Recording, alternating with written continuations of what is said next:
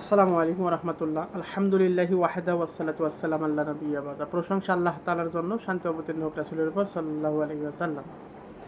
একজন প্রশ্ন করেছেন যে ওস্তাদ কত টাকা লাগে কাজ শিখতে? আসলে কাজ শেখার জন্য কোনো টাকা পয়সার প্রয়োজন নেই।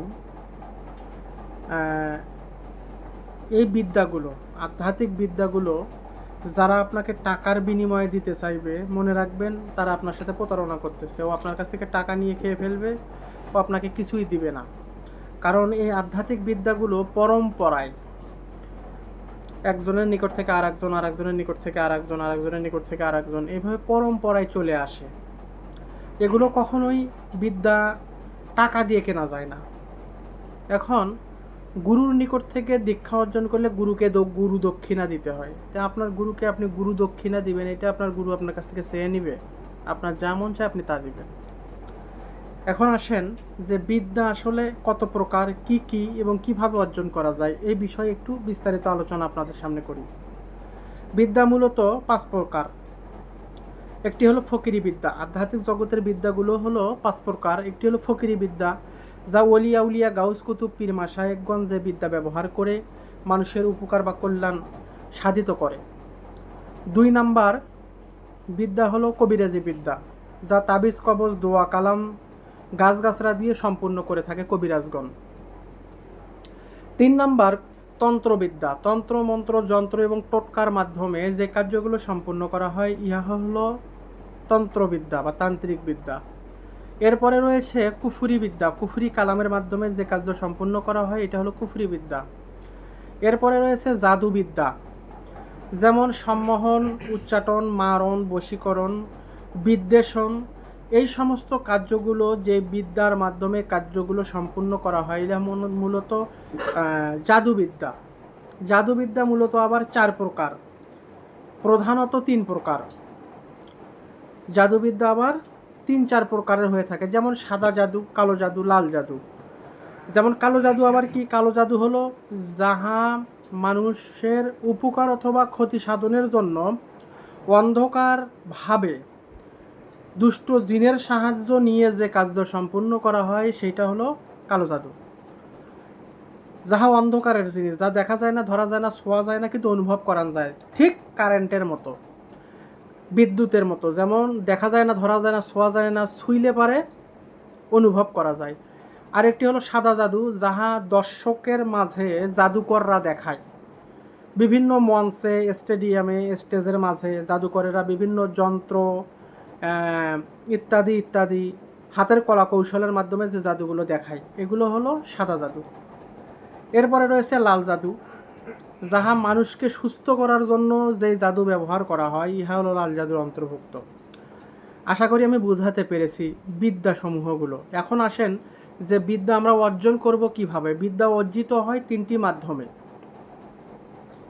বিভিন্ন পরম্পরা থেকে আত্মিকভাবে, অর্থাৎ সেই হজরত নুহু আলাইহিস সাল্লামের জামানা থেকে আজ পর্যন্ত, নুহু আলাইহিস সাল্লামের জামানা থেকে আজ পর্যন্ত এই আধ্যাত্মিক বিদ্যাগুলো পরম্পরায় এসেছে। পরম্পরায় একজনের নিকট থেকে আরেকজন শিখেছে, আরেকজনের নিকট থেকে আরেকজন শিখেছে।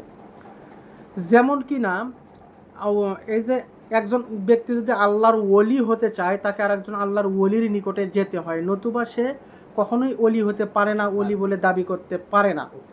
যেমন হজরত মোহাম্মদ রাসূলুল্লাহ সাল্লাল্লাহু আলাইহি সাল্লামের শিক্ষক ছিল স্বয়ং আল্লাহ নিজে।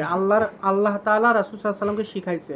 রাসূলের নিকট থেকে আবু বকর শিখেছে, আবু বকরের নিকট থেকে সালমান ফারসির নিকট থেকে, এভাবে চলতে চলতে হ্যাঁ মুসা কাজেম, এভাবে চলতে চলতে মোজাদ্দেদ আলফে সানি, বাহাউদ্দিন নকশেবন্দ, এভাবে চলতে চলতে সৈয়দ আহমদ বেরেলি, আমরা পর্যন্ত এসেছি। এইভাবে আধ্যাত্মিকতাগুলো ঠিক এইভাবেই আসে, গুরুর নিকট থেকে আর এক গুরুর পরম্পরায় চলে আসে বিষয়গুলো। যে যারা তদবির শিখতে চান, তারা অবশ্যই এই 5টি যে আমি ভাগ বলেছি, যে 5 ধরনের বিদ্যা বলেছি, এই 5 ধরনের বিদ্যার মধ্যে আপনি যেই ধরনের বিদ্যাগুলো শিখতে চান, সেই রকমের ব্যক্তির কাছে গিয়ে সেই রকমের বিদ্যাগুলো আপনি অর্জন করতে পারেন। যদি জাদু শিখতে চান, জাদুকরের কাছে যাবেন। যারা কবিরাজি শিখতে চান, আধ্যাত্মিকতার এই আধ্যাত্মিক যে 5টি ক্লাস যারা শিখতে চান, তারা আমাদের এই বইটা সংগ্রহ করতে পারেন।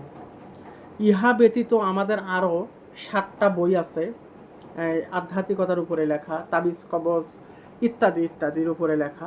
আমাদের এই বইগুলো, এটাও আমার লেখা বই, হ্যাঁ, আমাদের এই বইগুলো আপনারা সংগ্রহ করতে পারেন।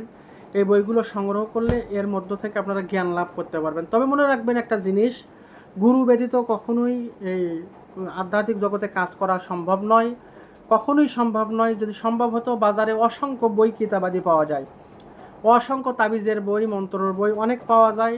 হ্যাঁ, আজ পর্যন্ত কেউ বাজার থেকে বই কিনে নিয়ে এসে কবিরাজ হয়েছে এমনটা দেখা যায় না। যদি কেউ বাজার থেকে বই কিনে নিয়ে এসে আমল সাধন করতে গিয়ে মাথার বেড়ে নষ্ট হয়ে গিয়েছে, পাগল হয়ে গিয়েছে, হ্যাঁ, রাস্তায় রাস্তায় ঘুরে বেড়াচ্ছে পাগল হয়ে, এরকম অসংখ্য দেখা গিয়েছে। হ্যাঁ, অতএব আপনারা বাজার থেকে বই কিনে নিয়ে এসে হুদাই সাধনা করতে যাবেন না, তাহলে মাথার বেড়ে নষ্ট হয়ে যাবে। আপনাদেরকে যে বিষয়টা সর্বশেষ আমি জানাতে চাচ্ছি সেটা হলো, আধ্যাত্মিকতা অর্জন হয় 3টি মাধ্যমে।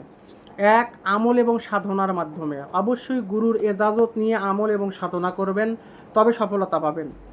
আমল এবং সাধনের মাধ্যমে আধ্যাত্মিকতা অর্জন হয়। দ্বিতীয় নাম্বার, আধ্যাত্মিকতা অর্জন হয় গুরুর সেবা করলে। গুরুর সেবা করলে আধ্যাত্মিকতা আপনা আপনি আয়ত্তে এসে যায়। 3 নাম্বার, আধ্যাত্মিকতা অর্জন হয় গুরু যদি কাউকে দয়া করে দেয়। গুরু যদি কাউকে দয়া করে দিয়ে দেয়, তাহলে সে মালে মাল হয়ে যায়, ধনে ধনী হয়ে যায়।